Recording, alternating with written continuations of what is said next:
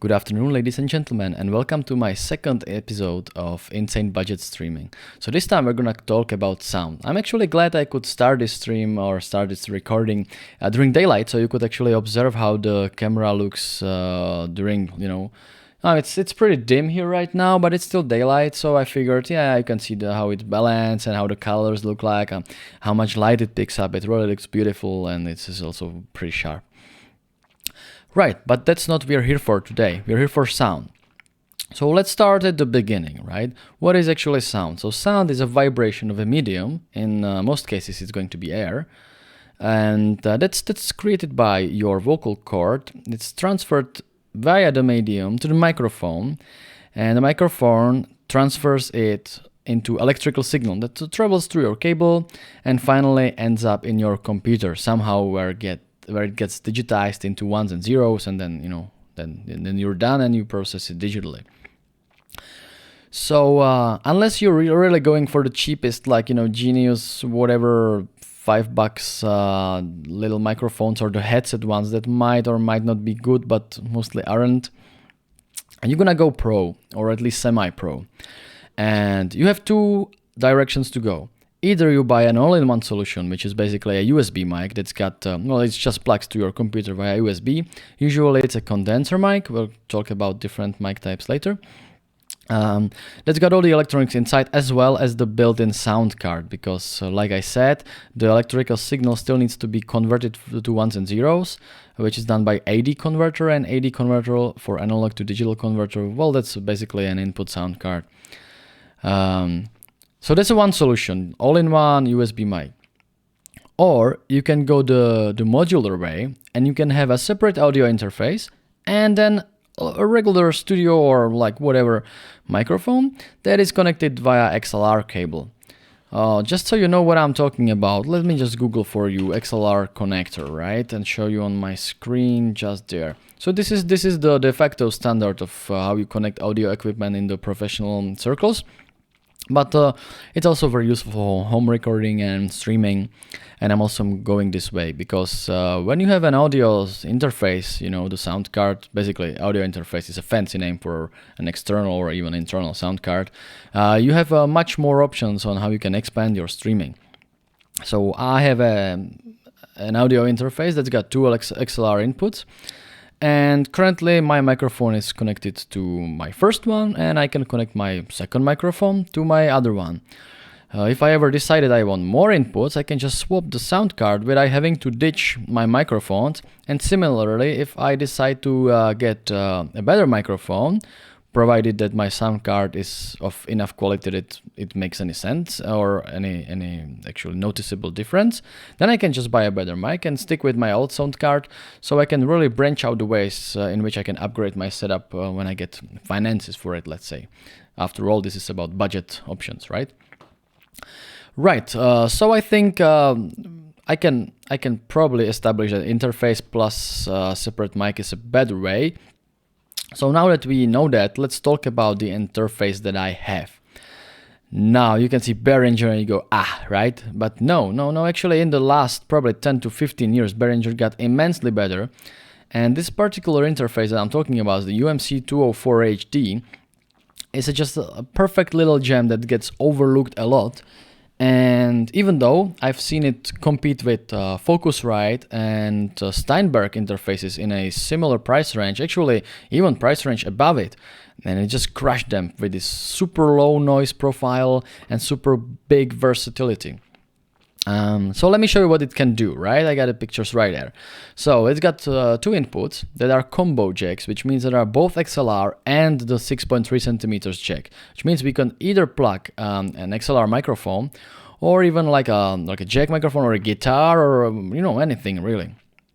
So it's got two of those, and each of the inputs got its gain knob, its indicators. There's a light that lights wherever you produce a signal on that input, and also wherever the signal clips out of range, which means the interface is no longer able to distinguish between individual different values for that signal if it gets certainly loud. So that's something you want to avoid at all costs. Like you can see here, if I'm talking into the first mic,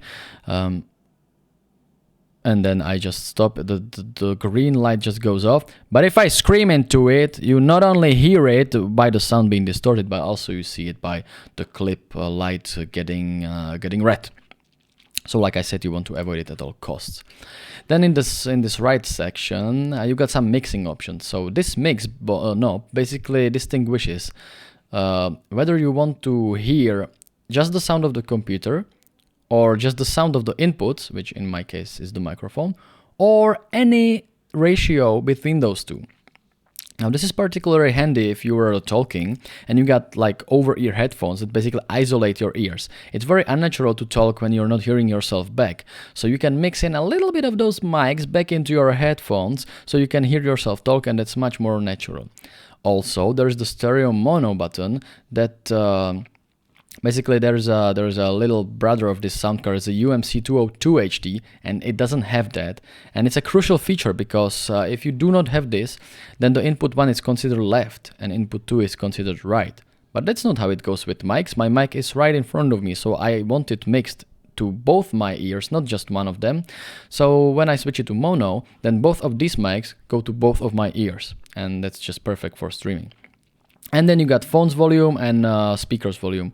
Right now you got my phone's volume down, as you can see here, but my speakers are reasonably loud. You can also see that I got the mix knob set in a way that I'm getting quite more of the microphones than I'm getting of the computer sound to not get distracted by it. Now if we check the bottom of the rear of the card, you can see some outputs. We're not gonna talk about those a lot because this is just like a balanced output for speakers. And finally 48 power, which is also called 48 volts, which is also called phantom power, and that's used for condenser microphones because they tend to require those.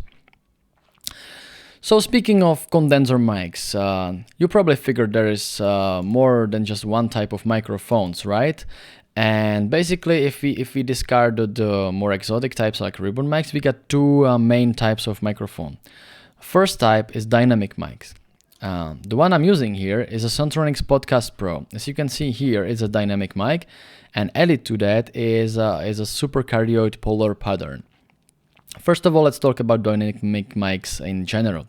So they tend to pick up sound that's close to them, whereas if you get further apart, further back from the mic, it tends to attenuate very quickly. So such a microphone is ideal for just capturing your voice and nothing else. For example, I have an open window here that goes to the street, and there are some street noises, but you're not hearing that because the microphone is not picking it up. It's less sensitive, it doesn't require phantom power, and basically you need to drive it with a strong signal, which means your voice is very close. Now observe what happens when I go back. So I'm just talking normally in the same volume, and as I'm going back, I'm clearly losing the volume, whereas where I'm like probably over, it's like 1.5 meters, I'm basically very silent for you right now. So that's very good for such streaming setups, because you might not have a room that's ideally acoustically treated. In fact, most of rooms aren't. I mean, I have a couch there and also a carpet that helps with the treatment. Oh yeah, and also my clothes are drying there. But if it wasn't for that, the room would be completely terrible. And also a fridge behind me that sometimes starts. So it's a really good option to pick a dynamic mic, especially one that's tuned for streaming. Such the one I'm showing here. So this is a Sontronics PodcastPro. It goes for $150, I think, which is not the cheapest mic, I would say, but also it's a great value and it's far from the most expensive one. So I would say getting this and the decent interface that I shown before is really, I mean, you can get really pro sound. You can see and hear how good it sounds when I'm just talking to it. It's really ear candy. I really like to listen to it. Right, so that was dynamic mics. What about the condenser mics then? So I have another mic here. You could probably guess it's this one. And let me show you how it looks, right? So since I do a little bit of, let's say, a music production, and I also sing a lot, I have this mic here. So let me switch the sound around and show you how it sounds. So right now, it got clipped a little, but right now I'm talking into the condenser mic. And you can notice that the sound is a lot more crispy because after all this is a studio mic designed to pick up singing and voice. Well, it also picks up in instruments, but it's good for singing. And I need to turn it down because it's clipping a little. So this one requires phantom power, which means I have to enable it for the whole of the interface. And it also does not have a built-in pop filter like this one, so I have to have one attached externally to the arm. But we will talk about those when I talk about accessories, right? Anyway, and it's much more sensitive. So if I go further, you can still hear me pretty clearly, and you can also hear a lot of the room sound that I have here. If I clap like this, you can really hear it reverberate, and you can really make out how big of a room this is and how empty or full it is. Like if my cat was to just tap behind me, walk on the floor, you would hear the tapping, whereas if I switch to the dynamic mic, you wouldn't hear that.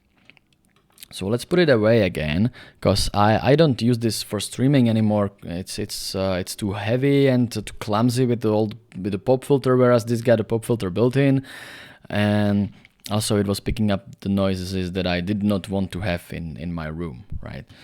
And so that's the main reason between condenser and dynamic mic. Condensers are more sensitive, more good for room mics, but they have their places. Like I was doing a big streaming session, a marathon of Half-Life series, and there was one player who was sitting in front of the computer who had the streaming mic, and then there was a couch full of people who were commenting on what they saw on the screen, and we were all streaming that, and the people on the couch had this particular mic over them, and it was able to pick up the whole couch, whereas this one was only picking the player and not the sound of the game.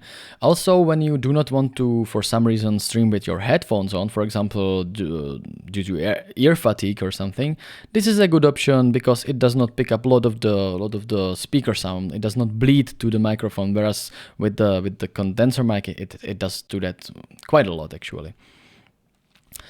Okay, so probably now we can talk about the accessories for microphones, and let's start with the arm. So I can show you with my other camera here.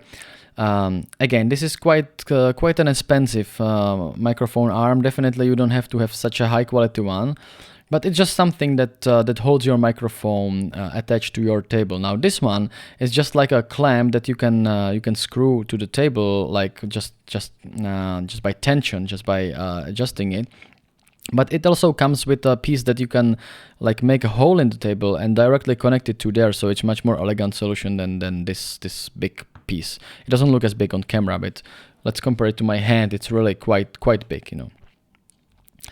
But it's also probably the best mic arm that you can get. It's so sturdy and spring-loaded, very comfortable to use, very sturdy. It doesn't wiggle or anything, so very good. Whereas this mic that I'm using for streaming is a lot lighter, the PodcastPro.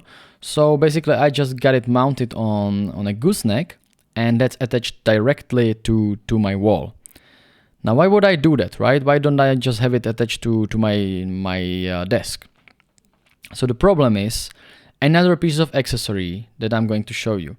You can see this, hold on, I need to untangle my cables. But you can see this thing on the dynamic microphone, the one that's around it, the little ring with all the rubbers on it, right? So that's called a shock mount, and the purpose of the shock mount is to reduce the vibration that are transferred from the mic arm. Now consider this, you have your mic on your desk and you're typing on a keyboard, playing a game or whatever, or just, you know, generally jiggling around yourself. Now those vibrations are going to get transferred to the table and then through the mic arm to the microphone. And that produces very bad noises, very bad vibrations. It's very annoying to listen to. It's almost as annoying as the plosives that you can also produce with the sound, with your voice. So you want to avoid that. So if your microphone comes with a shock mount, then great, you're good, because the shock mount is probably going to isolate most of those vibrations. Whereas if it doesn't, you need to accommodate for it in some other way. I was trying to find a third-party, no-branded shock mount for this microphone. Turns out 60 millimeters thickness is actually a pretty thick mic. And so even the largest shock mounts that I was able to obtain were not big enough. Basically, I was able to put one on it, but then it just snapped, and all the other didn't even fit. So really, pretty hard to get one. So what I had to do is just buy two different sizes of these goosenecks. I just daisy chained them, and I just mounted it directly on the wall, which is not mechanically connected to my table, so I can type all I want, and sure, you can still hear me type. But it does not transfer the vibration. That's this one. That's very annoying, right? If I just tap it directly. So that's one piece of accessories that's very handy for such operation. And the last one that I want to talk about is the pop filter, of course. Again, I'm gonna show on the camera this little piece. Now again, this is the Koenig & Mayer, again pretty expensive brand. I believe this one was probably like $30 or something. So it's a high quality, good mounting mechanism and whatever. But the thing is, the pop filters are probably one of those pieces of hardware that even the bad ones are good enough. Like it either works or doesn't. So and you can also create your own if you just take like Cylon or nylon pantyhose and just like pull it over like a wire loop that you create from a coat hanger or something, and it will work just as well. It's just gonna look very ugly on the stream, so it's up to you. But if you're just recording sound and not the video of it, then you can get away with it. And also you can get good ones for much cheaper. Alternatively, if you do not want to use such a mechanism at all, and your microphone doesn't have a built-in one like this one, of course it's not the best. I mean, you can still hear it. You can position the microphone off axis, but still pointing to your mouth. Arguably, you're going to lose some of the crispiness of the sound, but then you're not blowing directly into the microphone, so you get away with it. But I usually prefer to have it like that, so it really captures even the basis of my sound that I like to have in there. Right, so this was a lot about the hardware. Now let's talk about some of the post-processing that you can do. So I'm going to disable the preview for my OBS and put it on a second display, and I'm gonna show you the screen here. Right. Maybe this one instead. Yeah, that's gonna be zoomed in much better.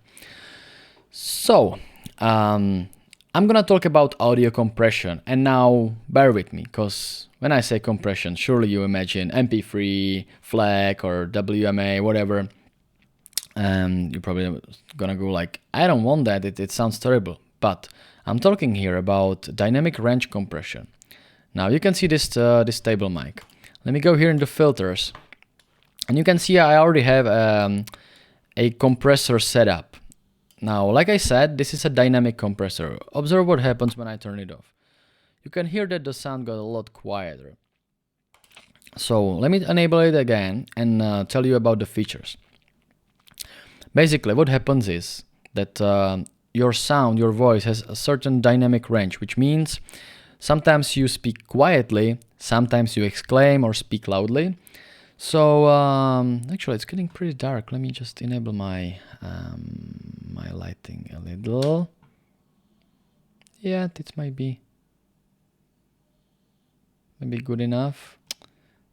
Flickering. Oh, there we go. Right.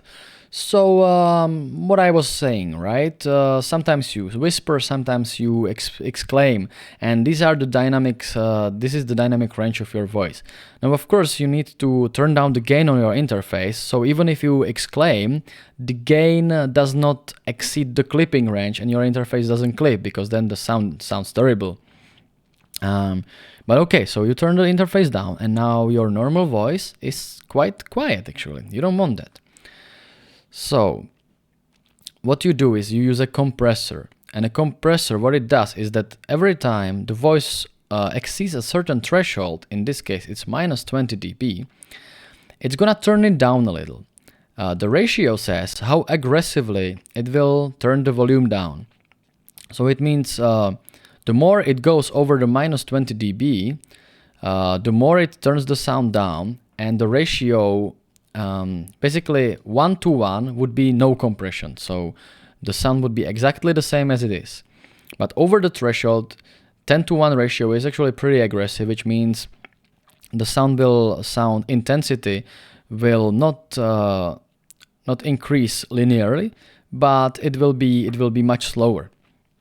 It's hard to explain in numbers, but basically if it means that if I speak with certain loudness and louder, it's gonna automatically turn the volume down, and the louder I speak, the more it's gonna turn the volume down. And that ensures that if I scream, well, I'm not gonna blow your ear holes, but also the sound is going to be much more consistent. Now let's look at the other values that we have here. There's attack and release, and those two are closely connected. Both are values of time. The attack says how quickly the compressor will notice me screaming or me going over the minus 20 dB. Now 6 milliseconds is pretty instant. It's for voice, it's really quick. So almost immediately when I exclaim, it's gonna turn it down. The release is the opposite of that. How long will the compressor take to recover from that decreased volume to its regular normal volume after my screaming has stopped?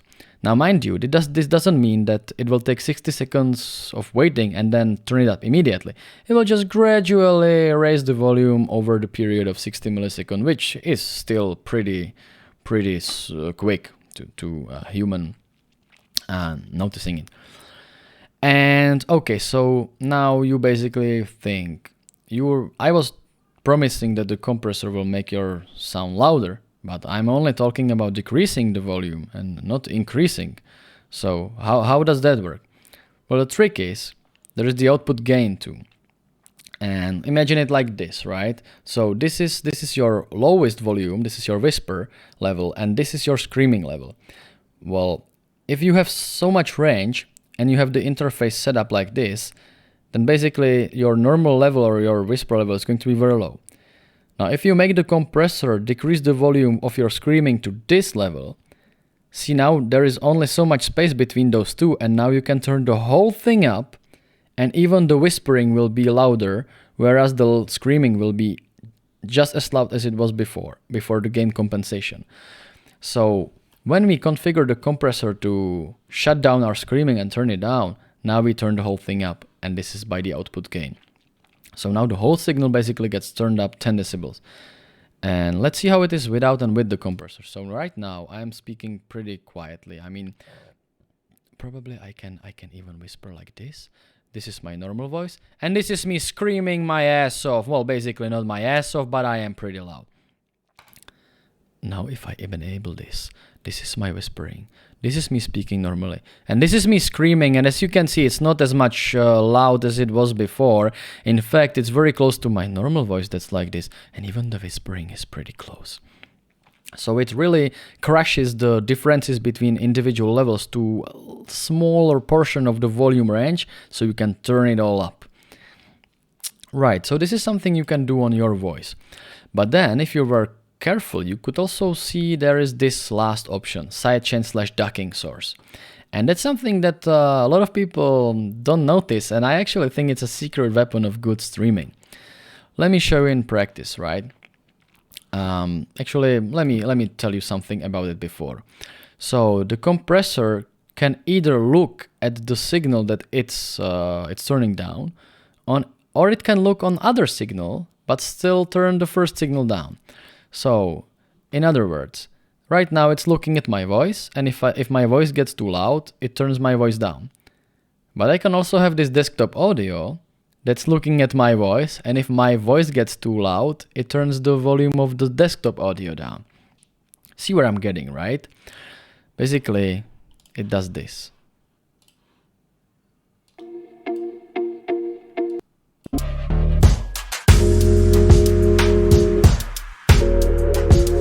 As soon as I start talking, it's going to turn the volume of the desktop audio way down. I mean, you can still hear it, but also you can hear me better because my voice is more important than whatever sound is coming from my game or my YouTube or whatever, right? So you can use this to have your game volume at full volume, So every time you're not speaking, the audience hears the game very good and loud enough, let's say. But as soon as you start talking, it's gonna turn the volume down. And as you can see, my settings for the sidechain compressor on the desktop audio are much more aggressive. I mean, 32 to 1 range is basically the maximum that this compressor is able to do. Anything more, I would basically have to put another sidechain right after the first one. Then this threshold means how much the signal has to be allowed so before it starts turning it down. But it's looking at the table mic, not the desktop audio. So every time my voice goes over -30, which is basically, even if I whisper, I'm already at the -10. So -30 is basically, even if I even remotely, as much as take a breath, it's gonna take the desktop audio down. Attack very quick. Whereas the release, I intentionally put a lot longer, 400 milliseconds, which is, you know, a lot. So it's not very unnatural, and when I stop talking, it will only slowly turn the volume of the game down or up, so that, for example, if I just pause between sentences, it's not gonna put the game all the way up, just a little, so I have time to continue with what I was saying. Finally, the output gain will leave at 0, because when we are not talking, the game is going to be just as loud as it was, which is the maximum volume. And, you know, then it's going to shut down when it's gonna go down when we talk, and then recover to the exact 0 where it was if we didn't do that. And finally, you can see that I'm sidechaining it from my table mic, and that's how you do this thing. Let me just stop the music right now. But this is basically how you do the sidechain function. This is how you. Well, now I'm streaming and I don't have to touch my volumes here at all. I just leave it like that, and my game sounds perfect. My voice sounds perfect. It's just as it should be. Okay, so I think we actually went through everything we wanted.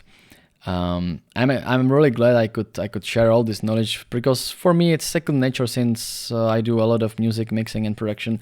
So it's probably that's my audio is the most sophisticated thing on my stream, but I actually thought I might be able to give it to other people and explain.